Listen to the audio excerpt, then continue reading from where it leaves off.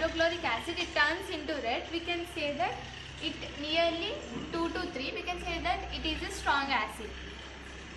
Here we take acetic acid and I put the pH paper in it. Here we can say the pH value. So it is a weak acid. It is potassium hydroxide. I am testing pH value. It turns into dark blue, so it is strong base. This is soap water. We are testing pH value. This value is 9 to 10. It is weak base.